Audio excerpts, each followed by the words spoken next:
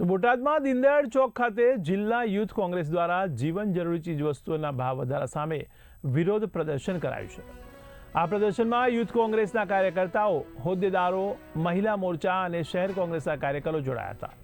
તેમણે તેલના ડબ્બા, શાકભાજીના હાર અને ગેસના બાટલા સાથે રાખી ભાવ વધારા સામે વિરોધ નોંધાવ્યો હતો।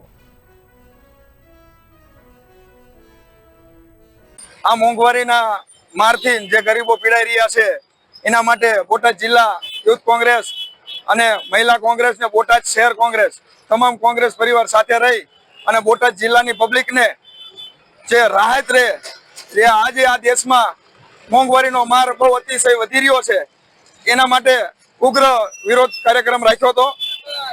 અને આ સરકાર આવનારા દિવસોમાં જે આ ગેસના સિલિન્ડરના ભાવ વધાર્યા, હજી પણ પેટ્રોલ ડીઝલના ભાવ વધારશે, ખાદ્ય પદાર્થના પણ ભાવ વધારો થાય છે। તો આ ભાવ વધારોને અટકાવવા માટે બોટાદ જિલ્લા યુથ કોંગ્રેસ આજે બોટાદની જનતા વચાળે એમનો અવાજ બની અને મજબૂતાઈ સાથે લડી રહી છે।